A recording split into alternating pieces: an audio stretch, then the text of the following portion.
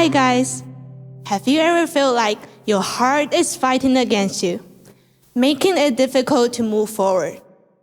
I think we are all pretty familiar with the term internal conflict, also called internal friction. It has become a significant part of our lives. A lot of people are highly sensitive to their surroundings and opinion of others, which add to the psychological pressure. But why is that? Why do we experience this so often?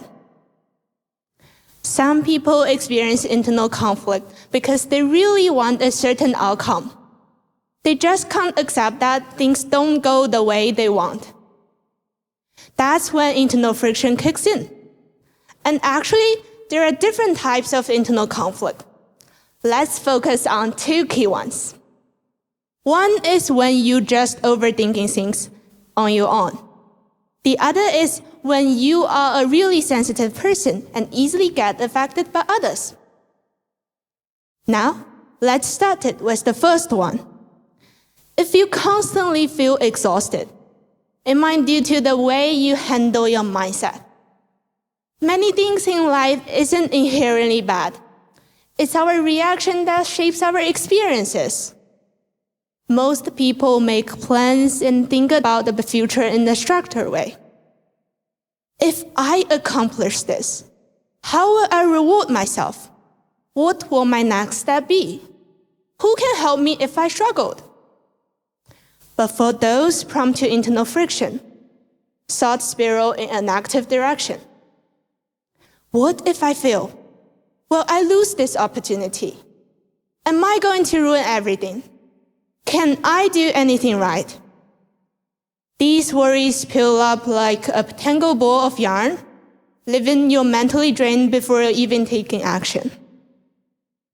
Now, the second type is about highly sensitive people. Highly sensitive individuals process their surroundings more deeply than others. They care intensely about the people and events around them. They pick up on more details. That's why they think so much, and that's where internal friction comes from. A lot of times we can't change our situation, but we can change how we look at it. For me, I'm a sensitive person.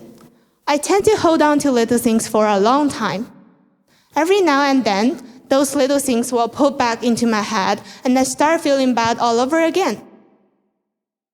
For example, a simple look from a friend can make them feel all sorts of emotion. An ordinary action can seem to have 100 different meanings. Like, if I'm walking down the street, someone turns around. I will think they are talking about me. And I start feeling bad all the time. And before I know it, I'm in the loop of internal conflict. But for those who aren't as sensitive, that's just no big deal. A lot of people think they can deal with the internal conflict by just distracting themselves. They watch endless short videos, playing games, or bottling up emotions. But that's not really a solution. All it does is push those negative emotions deeper inside. When we face the same situation again, the internal friction is still there because the problem wasn't really solved. All those emotions and stress are still building up inside you. They might just explode one day. And trying to hold it is a form of internal conflict in itself. So these ways of avoiding the problem doesn't really work. They might just make the internal conflict worse. But why do we have to solve it? Why can't we just let it be? Well, internal conflict can seem to have a battle with yourself, but it can also be a good thing. Some people might be surprised to hear that. What? Thinking so much all day long? How it can be a good thing? But think about that. If you never feel any conflict, you will not have the motivation to find a way out. A little bit of mental conflict can be a sign that you are looking for a better way. It's like you are searching for an exit. The key is to keep it in a reasonable range and just find an outlet. For me, sometimes all I need is a good sleep. No matter how stressed or how I'm feeling that internal conflict, sleep can make it better. A lot of times, we can't change our situation, but we can change how we look at it. Life is like that. Sometimes we need to slow down, and sometimes we need to speed up. You can't keep thinking all the time. You need to take action. When you just keep thinking all the time, it takes up so much energy. But when you actually do something, it can calm you down. When we talk about being highly sensitive, a lot of people think that's a flaw. They think sensitive people just overthinking things that don't matter. But highly sensitive people are more aware of what's going on around them. They pick up on more details. They notice even the smallest change in their environment. And they also care a lot about other people's feelings.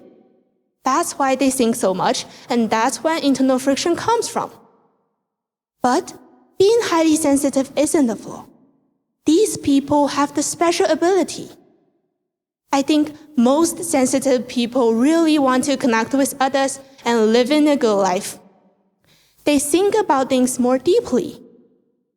As a result, instead of trying to become less sensitive, why not see it as superpower and use it to your advantage? So, to sum it up, let things happen. It's okay to fail. Accept that life isn't perfect.